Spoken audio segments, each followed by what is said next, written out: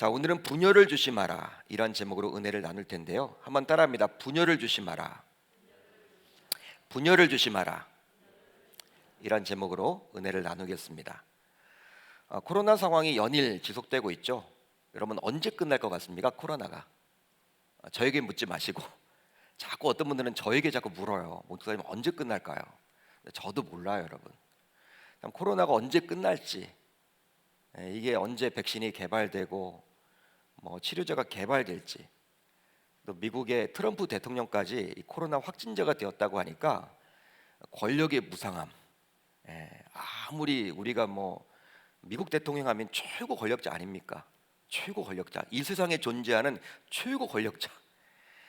그런 권력자조차도 코로나 확진자가 되었으니 참 코로나가 무섭긴 무섭나 보다, 두려운 마음이 들기도 하고 그렇습니다. 이렇게 여러분 연일 코로나 상황이 지속되면서 한국 교회의 민낯이 여실히 드러나고 있어요. 여실히 드러나고 있습니다. 코로나와 관련된 교회 뉴스를 보게 되면 어떻습니까? 긍정적인 것들이 많아요? 부정적인 것들이 많아요? 100이면 100, 대부분이 다 부정적이죠. 방역 수칙을 잘 지킨 교회의 그러한 뉴스는 나와 있지는 않은 것 같아요. 대부분이 그냥 부정적입니다. 코로나 발, 교회 발, 교회 발 코로나, 교회 발 코로나, 그런 뉴스를 굉장히 많이 듣죠. 그러니까 우리 교회를 포함하여 거의 대부분의 교회는요, 보건당국이 제시한 방역 수칙을 제대로 지키고 있지만 교회가 하도 많다 보니까, 또 교회라는 것은 캐톨릭과 이 불교와는 달리 중앙 집권적으로 딱 군대 조직이 아니잖아요. 그렇기 때문에 각 개교회 중심이다 보니까 수만 개 교회 가운데 방역 수칙을 제대로 잘 지키지 못한 교회들도 있겠죠. 지키고 싶지 않아서 지키지 못하는 것이 아니라 어떤 자원도 없고 어떻게 해야 되는지도 잘 몰라서 그냥 그렇게 지키지 않는 경우들도 분명히 있을 거예요. 그런데 방역 수칙을 지키지 아니한 일부 교회의 문제가 마치 전체 교회의 문제인 양 둔갑이 되어서 연일 언론에 보도되고 있기에 마치 교회가 코로나의 진원지처럼 되어 버렸습니다. 교회발 코로나 뉴스 굉장히 여러분 많이 들으셨죠? 예를 들어 하나 들어보면요, 이제 성도님들이 일상생활을 하잖아요. 예를 들어서 식당에서 밥을 먹었어요. 식당에서 밥을 먹고 백화점에서 이렇게 지나가다가 코로나에 여러분 감염이 되었습니다. 주일날 1시간 교회에 나와서 예배를 드렸는데 이제 여러분 역학조사를 막 할 거 아니에요? 근데 여러분 그러면 그런 백화점이나 그런 식당 그런 데는 이름이 나오지 않아도 교회발로 여러분 둔갑이 된 거예요. 교회발.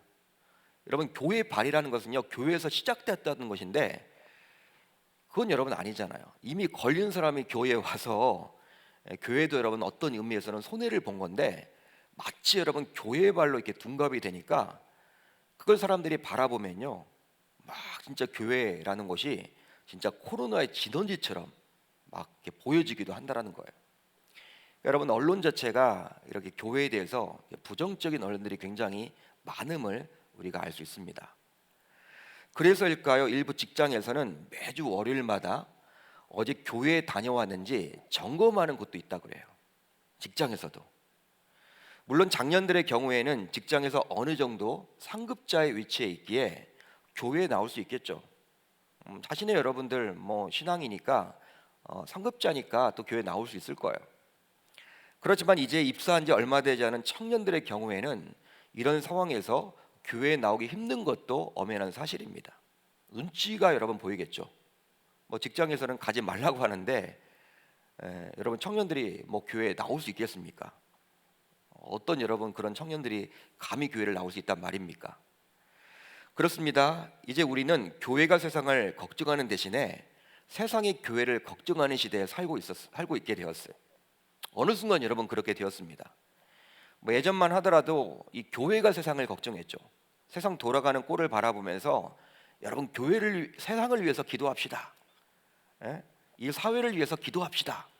교회가 그랬는데 요즘에는 어느 순간 이 코로나를 거치면서 세상이 교회를 걱정하는 시대를 우리는 살고 있습니다. 그렇다면 한국 교회가 세상에 부정적으로 비추어지게 된 근본 원인은 과연 무엇이겠습니까? 여러분, 근본 원인이 과연 무엇이라고 생각을 하십니까? 물론 일부 목회자에 해당하지만 목회자의 윤리적인 문제, 도덕적인 문제, 성도들의 삶과 신앙의 분리, 이기적인 성도들의 모습 등이 근본 원인이라고 말할 수도 있을 것 같아요.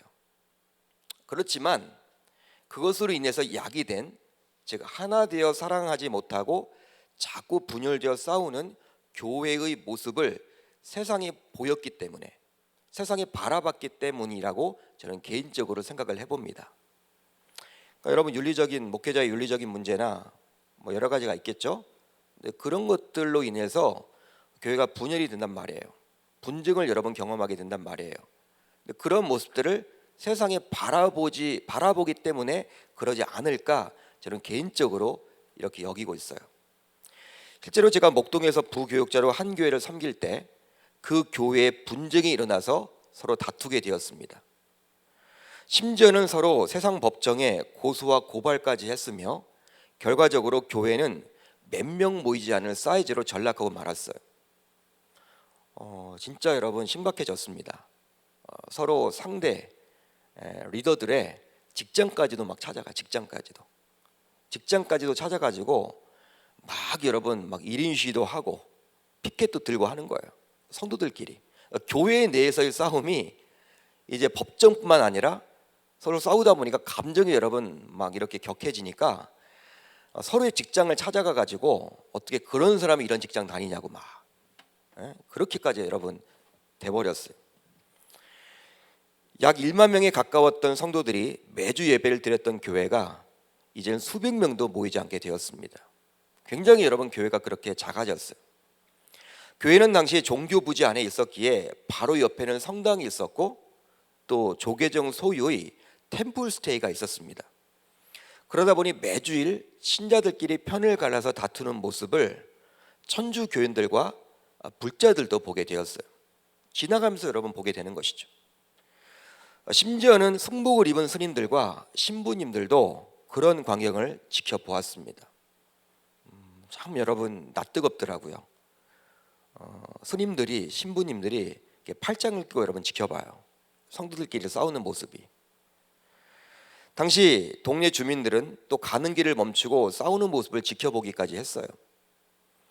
목회자로서 몇 년 동안 이런 모습을 저는 지켜봐야 했기 때문에 교회를 바라보면서 많은 생각을 하게 되었고, 교회 때문에 얼마나 많이 울었는지 몰라요. 진짜 여러분 많이 울었던 것 같아요. 이게 교회냐? 진짜 교회 모습 뭔가? 이제 다소 시간이 흐른 지금 저는 가끔 목동을 지나가다가 이런 생각을 한번 해봅니다. 광명이니까 목동 가깝잖아요. 여러분 차를 타고 이렇게 지나가는 경우들이 굉장히 많지 않습니까? 그때마다 저는 이런 생각을 한번 해봐요. 바로 무엇을 위해서 당시 성도들은 그리 싸웠던 것일까? 뭐 때문에 그렇게 당시 성도들은 싸웠던 것일까? 당시 싸우는 양쪽 모두 하나님을 믿고 오직 하나님을 위해서 싸운다고 했거든요. 여러분 이쪽에 가서 이야기를 들어봐도 하나님 때문에 싸운다라는 거예요. 그리고 상대편에 가서 또 이야기를 들어봐도 다 하나님을 위해서 싸운다라는 거예요. 하나님을 위해서. 과연 하나님께서 자신의 이름을 위해서 싸우는 성도들을 기쁘게 바라보셨을까? 과연 하나님께서 자신의 이름을 위해서 싸우는 그 성도들을 기쁘게 바라보셨을까? 저는 시간이 흐른 요즘 그런 생각을 해봐요. 과연 당시 하나님께서 기뻐하셨던 싸움이었던 건가? 실제로 세상 사람들의 다툼에는 타협할 여지가 있습니다. 제3자가 개입해서 이렇게 그 타협을 이렇게 중지할 수 있는, 그 다툼을 중지할 수 있는 여지가 있죠. 세상 사람들의 그런 다툼에는. 그렇지만 교회 안에서의 다툼은 어느 순간 자신의 신념이 믿음으로 둔갑해서 싸우는 것이 되기에 오히려 타협하기가 더 쉽지 않아요. 여러분 이렇게 싸우다 보면요, 믿음 아니거든요. 그런데 자신의 신념이니까 신념, 이게 여러분 옳다라는 거예요. 자신만이 여러분 옳다, 자신의 방법만이 옳다, 내가 가는 길만이 정답이다. 여러분 그것은 자기 생각이잖아요. 근데 그런 신념이 이제 믿음으로 둔갑이 되는 거예요. 어느 순간. 그러다 보니까 어떤 제3자가 뭐 개입을 해가지고 뭐 중재를 한다? 결코 쉽지 않습니다. 결코 쉽지 않아요. 그러니까 끝장 보니까 끝장. 여러분, 교회 다툼이란 게 정말 그렇더라고요. 끝을 봐야 돼, 끝을. 그러다 보니 이런 교회 다툼으로 인해 생긴 분열은 결국 세상 사람들로 하여금 교회에 대한 부정적인 이미지를 갖도록 합니다. 그걸 바라볼 때 그냥 부정적인 이미지를 갖도록 해요. 이런 부정적인 이미지가 쌓이고 쌓였다가 이번 코로나 상황 속에서 한꺼번에 폭발한 것이죠. 한꺼번에 폭발한 거예요. 그러기에 이번 코로나19가 기폭제가 되어서 교회에 대한 사회적인 비판의 강도가 세진 것뿐이지, 그 이전부터 교회를 바라보는 사회적인 시선은 그리 좋지만은 않았음에 틀림이 없습니다. 어떤 분들은 그래요. 코로나로 인해서 한국교회 이미지가 굉장히 망가졌다고. 그게 아닙니다, 여러분. 이 코로나라는 게 기폭제가 되어서 지금 확 터져버린 것이지, 그 이전부터 이미지는 좋지 않았어요. 하도 여러분 교회가 분열을 하다 보니까. 그런데 여러분, 대립하고 갈등하는 교회를 한번 보세요. 대립하고 갈등하고 분열하는 교회를 보세요. 어떤 거창한 신학적인 이슈 혹은 진리의 문제로 인해서 대립하고 갈등하기보다는 처음 시작은요, 다소 사소한 이유로 대립하고 갈등하다가 결국 분열하는 경우가 대부분입니다. 대부분이에요. 그러니까 사탄이 정말 틈을 노리는 것 같아요. 처음에 여러분 불 꺼질 때는요, 별거 아닌 것 같아요. 그때 여러분 충분히 막을 수 있었던 것 같아. 근데 여러분 감정이 들어가고 여러분 사람들이 모아지다 보면요, 이제 자신의 세력이 불어나고 막 그러다 보면 이제 이게 여러분 폭발적으로 막 이상하게 여러분 막 변하게 돼요. 처음 그것은 아니었는데. 참 여러분 안타깝죠. 마치 부부간의 갈등이 처음에는 지극히 사소한 문제로 시작했다가 감정이 상하게 되어서 나중에는 돌이킬 수 없는 상황까지 치닫는 것처럼 교회 안의 다툼과 갈등도 마찬가지입니다. 여러분, 이렇게 이혼하는 가정들을 보세요. 이혼하는 가정들이 처음부터 어떤 거창한 문제로 이혼하지 않습니다. 사소한 말다툼. 예? 저는 치약 때문에 이혼하는 가정도 봤어요. 치약 때문에. 처음은 시작이야. 치약이야. 치약을 위에서 짜야 되느냐, 밑에서 짜야 되느냐. 여러분 정답이 뭡니까? 치약을 여러분 위에서 짜야 돼요? 밑에서 짜야 돼요? 아래를 눌러서 짜야 돼요? 위를 눌러서 짜야 돼요? 본질 아니잖아요. 그냥 여러분 아무렇게나 짜도 돼요. 아무렇게나. 답이 없는 거야. 근데 여러분 그것 때문에 말다툼이 벌어지죠. 왜 당신은 그러냐. 그걸로 시작했다가 이제 양발 문제로 가고 여러 가지 여러분 개인적인 습관, 그러다 보면 또 시댁 이야기가 나오고 친정 이야기가 나오고 그러면요, 감정이 여러분 확 가가지고 결국 막 이혼까지 하게 돼요. 교회 문제도 여러분 그렇다는 거예요. 별거 아닌 걸로 여러분 처음에 시작을 했다가 처음부터 여러분 교회가 뭐 어떤 신학적인 이슈나 어떤 정치적인 문제, 진리의 문제로 싸우지 않습니다. 처음에 시작은요 굉장히 사소한 거예요. 사소한 거예요. 교회 차량을 바꾸는데 기아 자동차 차량으로 바꿔야 되는지, 현대 자동차 차량으로 바꿔야 되는지, 뭐 이런 것들. 커튼 색깔은 뭘로 해야 되는가, 여전도 회장은 누가 돼야 되는가, 뭐 이런 것들. 여러분 이런 것들로 여러분 시작을 했다가 나중에 여러분 이런 이제 사람들이 모여지잖아요. 세력화 되게 되면요 끝이 없이 되는 거예요. 끝이 없이 돼요. 참 안타깝습니다. 그런데 여러분 이런 교회 갈등과 다툼으로 인해 생긴 분열의 문제는 한국 교회만의 문제가 아님을 오늘 본문을 통해서 알 수 있습니다. 바로 고린도 교회 안에서도 분쟁이 있었기 때문에 그래요. 자, 오늘 본문 11절을 우리 한번 같이 읽어봅니다. 11절 시작. 내 형제들아, 글로의 집 편으로 너희에 대한 말이 내게 들리니 곧 너희 가운데 분쟁이 있다는 것이라. 너희 가운데 분쟁이 있다라는 것이다. 바울은 당시 고린도 교회의 분쟁 소식을 글로의 집의 어떤 사람으로부터 전해 들었던 것 같습니다. 바울이 직접 보고 경험한 것이 아니라 글로의 집의 어떤 사람을 통해서 전해 들었던 것 같아요. 분쟁이 생겼다. 당시 이런 소식을 전해 들었던 바울의 입장은 여러분 어땠을까요? 여러분들이 바울이라면 어떤 마음을 가졌겠습니까? 아마 굉장히 여러분 당혹스러웠겠죠. 그 이유는 무엇이냐면 고린도 교회가 세워지게 된 이면에는 바울의 역할이 굉장히 컸기 때문에 그래요. 바울이 여러분 굉장히 관여를 많이 했던 교회가 바로 고린도 교회입니다. 어떤 의미로는 개척한 교회예요. 실제로 사도행전 18장을 보시면 바울은 2차 전도 여행 당시 고린도에 머물게 되었는데요. 이렇게 나와 있죠. 그 후에 바울이 아데네를 떠나 고린도에 이르러 아테네를 떠나 고린도에 이르렀다.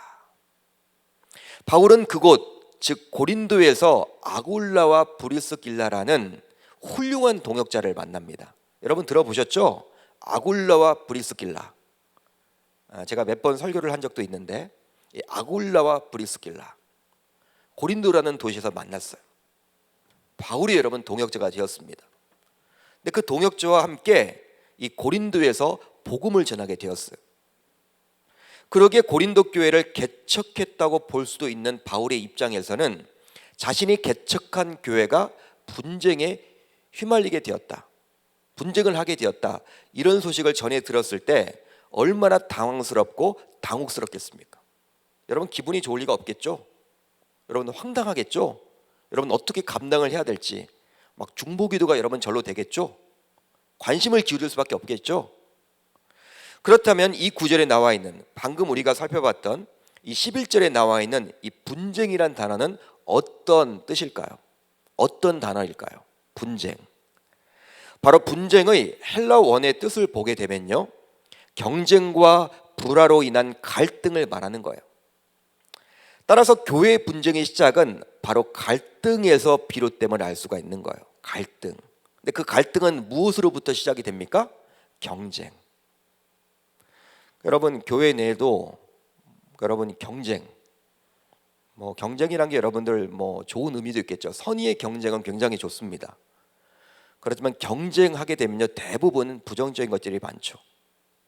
교회 내에서조차도 경쟁을 하는 거예요. 경쟁을 합니다.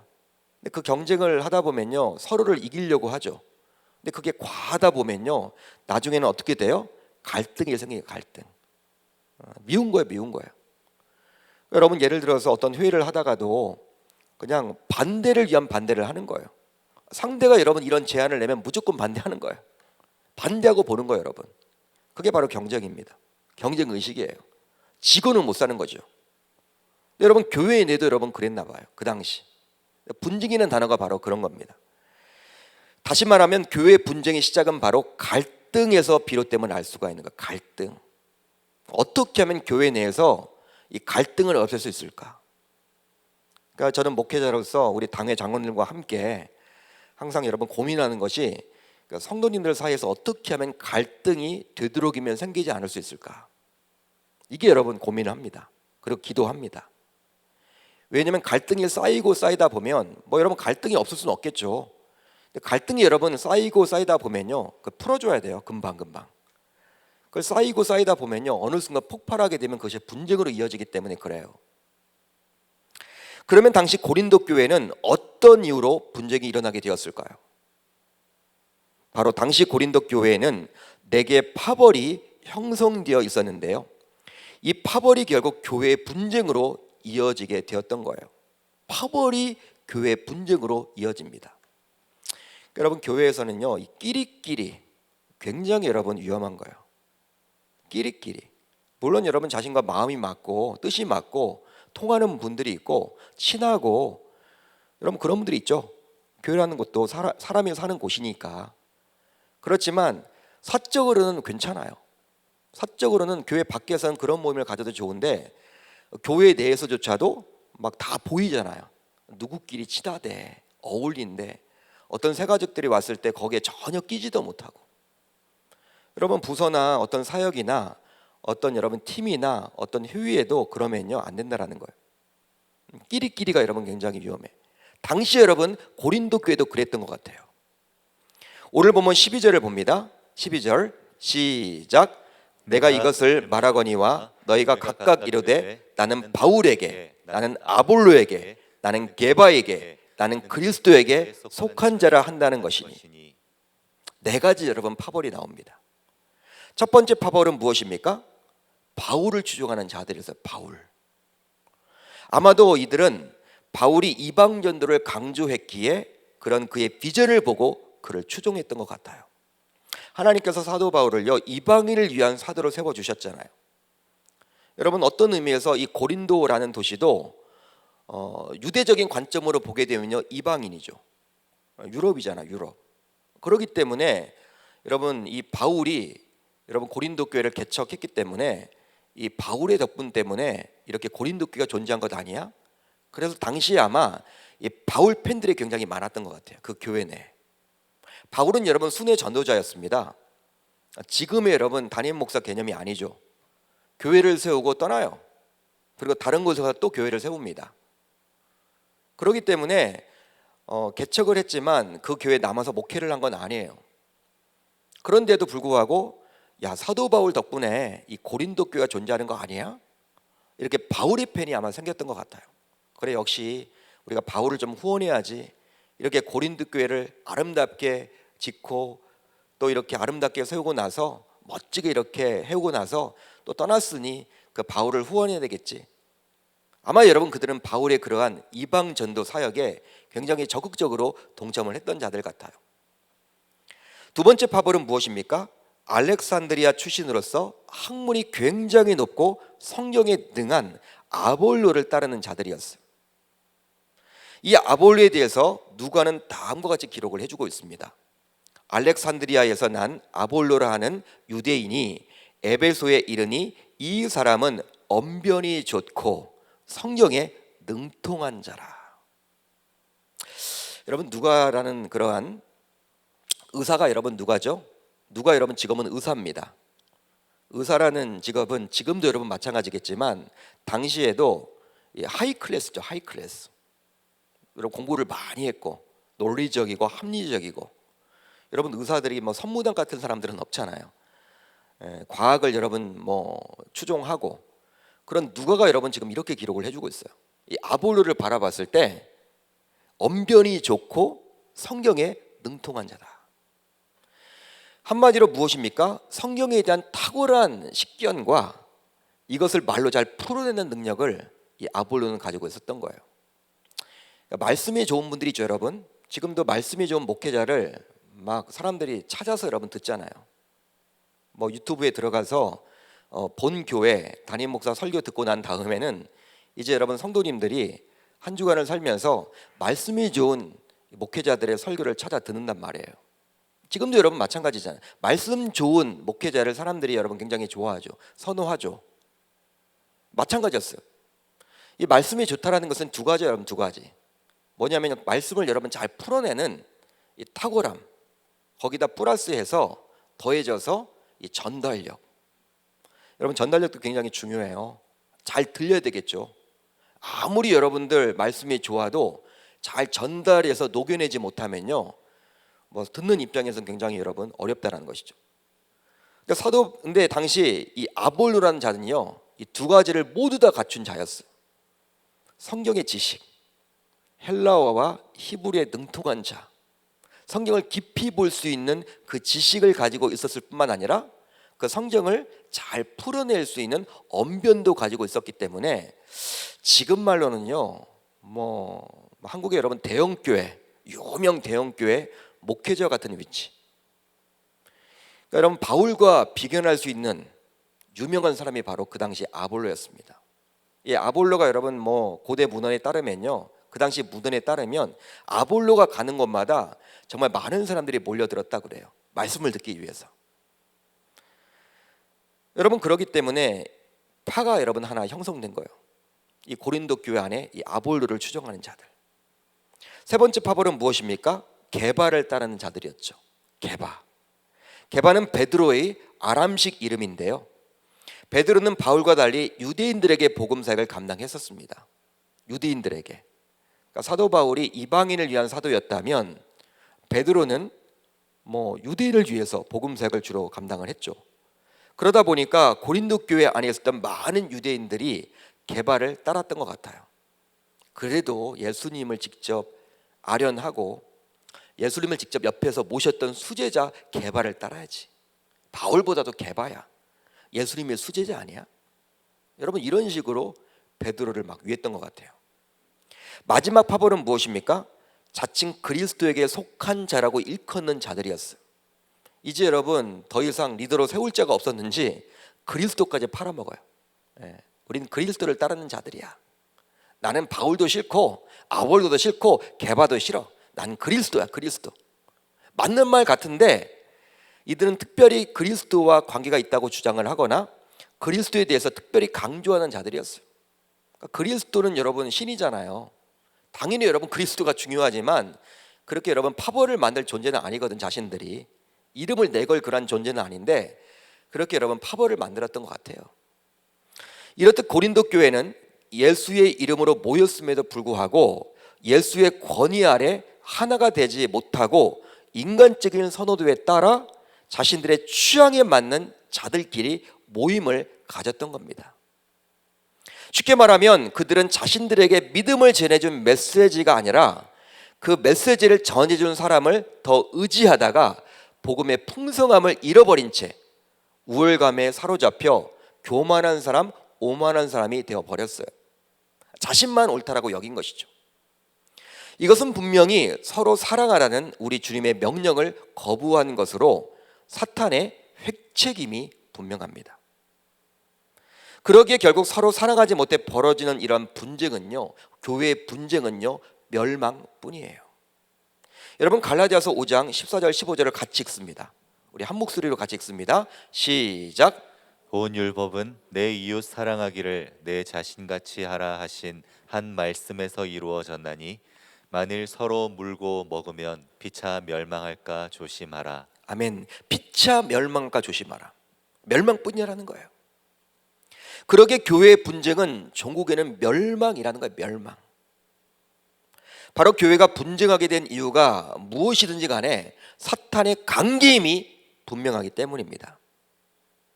그러기에 아무리 분쟁을 하게 된 명분을 갖춘다 하더라도 다른 단체, 어떤 다른 조직이 아니고 교회의 분쟁은 분명히 사탄의 괴계라는 사실을 저와 여러분들은 이 시간 놓쳐서는 아니 될 줄 믿습니다. 실제로 분쟁을 경험한 교회가 분쟁을 경험하기 전보다 더 건강해졌느냐? 여러분 감히 그렇게 말할 수 있을까요? 분쟁까지 겪었는데 분쟁이 끝나고 난 다음에 그 이전보다 더 건강해졌느냐? 감히 그렇게 말할 수 있습니까? 또 더 은혜로워졌다고 말할 수 있습니까? 전 그런 교회 본 적이 없어요. 분쟁을 한번 겪게 되면요 끝이에요. 끝. 올라가질 못해요. 마치 여러분 하나님이 버린 교회처럼 돼버려요. 사람들이 여러분 악에 바쳐서 이제 뭐 이렇게 한번 분쟁을 겪게 되면요 이 악에 바치게 되잖아요. 그렇게 되면 목회자에 대해서 신뢰를 우선 안 해요. 어떤 다른 목사님이 와도 목회자를 다 의심하게 돼요. 신뢰를 안 해. 신뢰를 안 하는데 말씀이 들리겠습니까? 예? 그러니까 분쟁하는 교회는요, 그러니까 우리 부목사님들 사이에서는 항상 여러분 룰이 있어요. 분쟁하는 교회는 절대 가지 말아라. 예? 가면요 여러분들 성도님들이 굉장히 힘들어. 겉으로 보여지는 것은 똑같아요. 그렇지만 어느 순간 확 여러분 막 화를 내는 분들도 많고, 오히려 그 이전보다 또 혼란스럽고 어려움을 겪는 교회들이 굉장히 많아요. 실제 분쟁을 경험했던 교회들은요 그래요. 이제 이런 파벌로 인해 생긴 분쟁을 듣게 된 바울은 교회 내에 형성된 파벌을 꾸짖기 위해서 어떤 질문을 하게 되는데요. 어떤 질문을 하게 됩니까? 바로 바울은 고린도 교회 교인들에게 세 가지 질문을 하게 되는데요. 바로 1장 13절을 보면 나와 있죠. 우리 한번 같이 읽습니다. 시작. 그리스도께서 어찌 나뉘었느냐? 바울이 너희를 위하여 십자가에 못 박혔으며 바울의 이름으로 너희가 세례를 받았느냐? 여러분 첫 번째 질문이 무엇입니까? 그리스도께서 어찌 나뉘었느냐? 바울이 여러분 질문을 합니다. 여기서 나뉘었다라는 말은 완료시상이에요. 완료입니다. 원어를 보게 되면. 그렇기 때문에 그리스도께서 이미 나뉘어지셨고 지금도 회중 가운데 계속 나뉘어진 상태로 있느냐라는 뜻이에요. 그리스도는 메시아로서 한 개인을 하나님과의 새 언약 관계 안으로 들어가게 하는 열쇠죠. 또한 그런 개인들이 모인 하나님의 백성 모임, 곧 교회는 그리스도의 몸입니다. 그런 그리스도가 과연 경쟁으로 성도들을 나누고 편애를 통해서 몸을 찢을까요? 여러분들은 어떻게 생각을 하십니까? 결코 그럴 리가 없겠죠. 실제로 그런 개념 자체가 부끄러운 거예요. 아마도 그리스도를 둘러싼, 그리스도를 들먹인 12절, 나는 그리스도파다 라고 이야기를 했기 때문에 바울은 지금 이 부분에 대해서 응답을 표현한 것처럼 보여요. 이처럼 물을 필요도 없는 질문을 바울은 던지고 있죠. 뭐 그리스도가 나누었겠느냐? 나뉘어질 리가 없잖아요, 여러분. 그리스도는 이렇게 물을 필요가 없는 질문을 바울은 던짐으로 고린도 교회 내에 형성된 파벌이 아무런 쓸모도 없는 것임을 강조해주고 있습니다. 왜냐하면 성도들은 그리스도 안에서 모두 하나이기 때문이죠. 모두 하나라는 거예요. 여러분, 그리스도가 여러분 종이 조각처럼 찢어져 가지고 누구 편 하는 게 아니잖아요. 그리스도 여러분 찢어지지 않잖아요. 바울은 여러분 할 필요가 없는 질문을 던짐으로 너희들이 지금 잘못 생각하고 있는 거야. 그 파벌 나누는 거 잘못된 거야. 그 이야기를 하고자 하는 거예요. 두 번째 질문인 바울이 너희를 위해서 십자가에 못 박혔느냐? 또 세 번째 질문인 바울의 이름으로 너희가 세례를 받았느냐? 바울은요, 바울 자신을 지금 들먹이고 있어요. 자기 자신을. 두 질문 모두 공통적으로 바울과 관련된 형태로 지금 제시되고 있는데요. 실제로 바울이 독자들을 위해서 십자가에 못 박힌 것이 아니지 않는가? 또 바울의 이름으로 독자들이 세례를 받은 것이 아니지 않는가? 이런 질문을 듣게 되는 자들은 어떻게 여러분 대답을 할까요? 여러분들은 어떻게 대답을 하겠습니까? 아니다. 바울의 이름으로 세례를 받지 아니했다. 그리고 바울이 십자가에 못 박힌 것이 아니다. 이렇게 여러분 말하겠죠. 여러분, 이런 부정적인 답을 할 것이기에 이런 방식으로 질문을 함으로 바울은 독자 스스로 아니라고 대답하게끔 유도하고 있는 거예요. 여러분, 십자가는 신자되는 과정에 대한 것이고 세례는 하나님의 교회 구성원이 되는 것과 관련이 있습니다. 십자가와 세례 모두 중요하죠. 그런데 이 두 과정 모두 오직 그리스도를 통해서만 이루어진다는 거예요. 사람을 통해서 이루어진 게 아니라는 거예요. 아무리 사도 바울과 같이 대사도지만 사도 바울은 자기 자신이 십자가에 달린 것이 아니라 자기가 세례를 주는 것이 아니라는 거예요. 따라서 아무리 바울이라고 하지만 그 바울을 그 과정 중심에 놓은 것은 어불성설과도 같다. 사도 바울은 지금 강조를 해주고 있는 것이죠. 이것을 통해서 바울은 사람을 중심으로 한 경쟁적 분쟁은 그리스도를 통한 구원과 하나님의 백성됨의 모습과는 거리가 멀다라고 이야기를 합니다. 따라서 자신이 좋아하고 자신과 인연 있는 사람과 교제를 나누려는 편협한 인간의 본성은 그리스도의 뜻을 온전히 이루지 못하고 도리어 교회 분열과 상처를 안겨줄 뿐이라고 지금 이야기해주고 있는 거예요. 이제 오늘 본문 14절 이하를 보세요. 뭐 시간 관계상 우리가 다 할 수는 없지만 14절 이하를 쭉 읽어보시게 되시면요, 바울이 세례를 베풀어 주었던 자들에 대해서 언급을 해주고 있습니다. 여러분, 언급을 해주고 있죠? 어디 나와 있습니까? 14절을 보시면요, 나는 그리스도보와 가이오 외에는 너희 중 아무에게도 내가 세례를 베풀지 아니한 것을 감사하노니. 또 나와 있습니다. 16절을 보시면 내가 또한 스데바나 집 사람에게 세례를 베풀었고 그 외에는 다른 누구에게 세례를 베풀었는지 알지 못하노라. 여러분, 누구에게 세례를 베풀었다? 대사도가 여러분 지금 그런 이야기를 하고 있어요. 자세히 밝히고 있죠. 이것을 통해서 우리는 무엇을 알 수가 있냐면 당시 고린도 교회는 이렇게 여러분 뭐 나는 게바파다, 나는 아볼로파다, 나는 바울파다, 나는 그리스도에 속한 자다, 뭐 이렇게 여러분 나눠진 것 이면에는 바로 세례를 준 지도자를 중심으로 분열을 한 것으로 볼 수도 있는 것 같아요. 누가 세례를 주었느냐? 그렇지만 이것은 분명히 잘못이죠. 바로 세례를 누가 베풀었느냐가 중요한 것이 아니라 누구의 이름으로 세례를 받게 되었는지가 훨씬 중요하다라고 바울은 지금 강조를 해주고 있는 거예요. 여러분, 누구의 이름으로 우리가 세례를 받습니까? 성부와 성자와 성령의 이름으로 세례를 받는 것이죠. 할렐루야. 담임 목사가 여러분 세례를 수세자로 여러분 주지만, 집례자로 여러분 이렇게 세례를 주게 돼 있지만, 담임 목사가 여러분 주는 게 아니라는 거잖아요. 그 세례는. 그러기에 세례를 통해서 누가 드러나야 하냐면 오직 그리스도만이 드러나야 하는 거예요. 그리스도만이. 하나님만 높임을 받으셔야 돼요. 제가 드러나면 안 된다라는 거예요. 당시 여러분 사람들은요, 어때요? 세례를 누가 주었느냐? 누가 줬느냐? 그렇습니다. 교회 구성원인 우리 성도들은 고향도 달라요. 또 신앙의 연조와 색깔도 모두 다르고 연배도 모두 다릅니다. 이렇게 담임 목사가 되어 보니까 진짜 여러분 신경 쓸 게 많잖아요.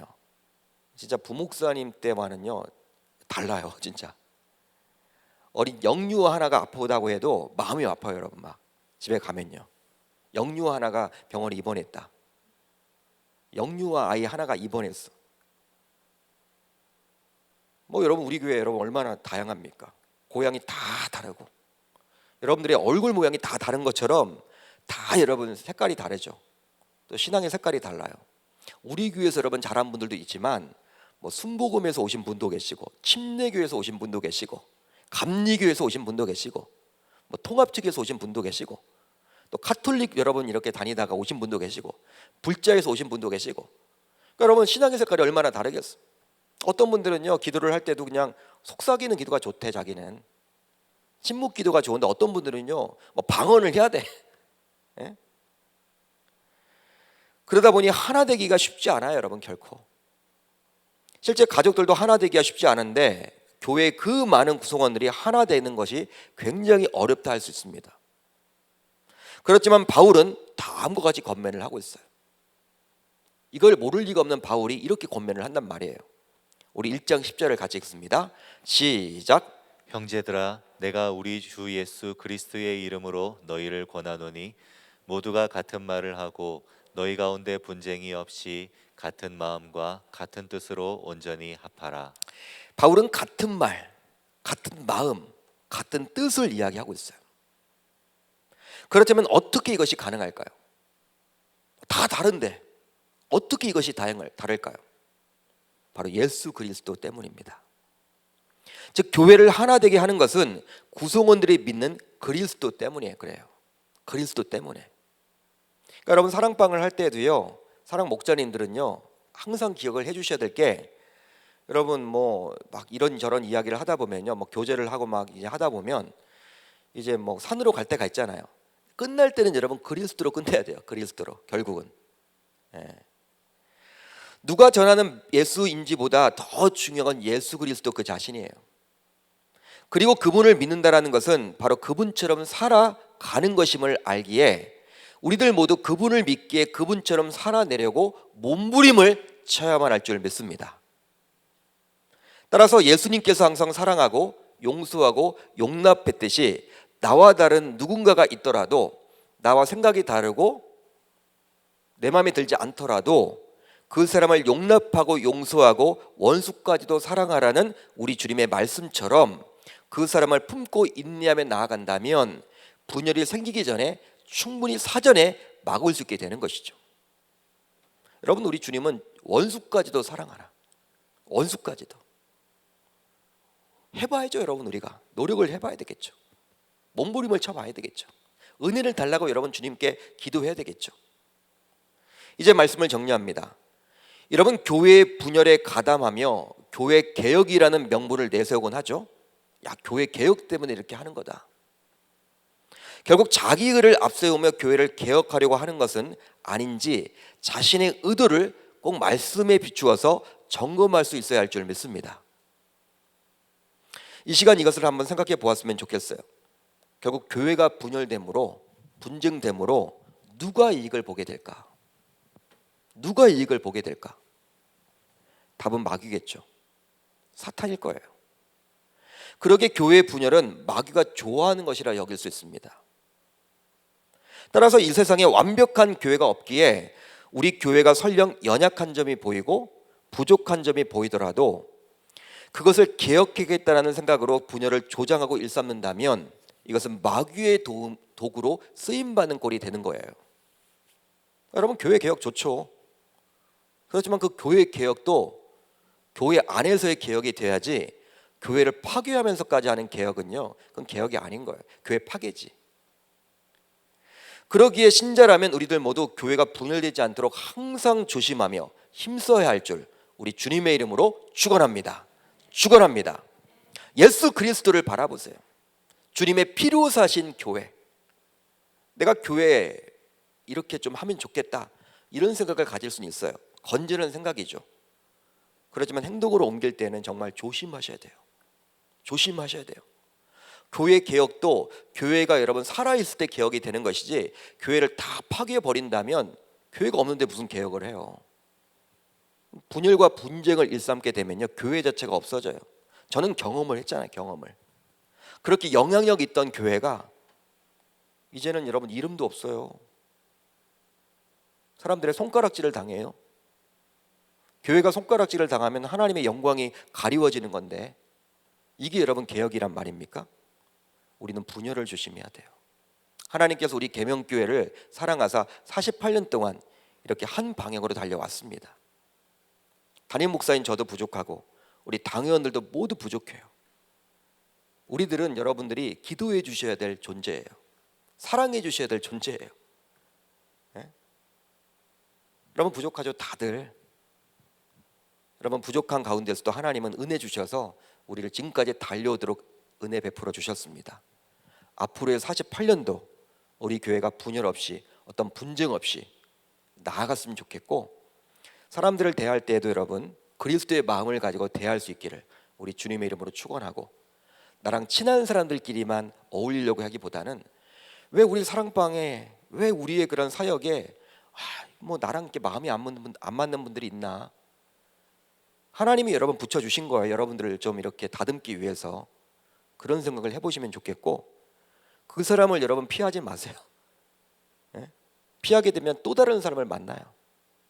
하나님이 우리들을 연단하기 위한 조치다라는 생각을 깨닫고 정말 분열 없는 우리의 교회가 되었으면 좋겠습니다. 그런 은혜가 있는 이 시간 되시기를 우리 주님의 이름으로 축원합니다. 자, 이 시간 한번 가사를 생각하시면서 찬양하겠습니다.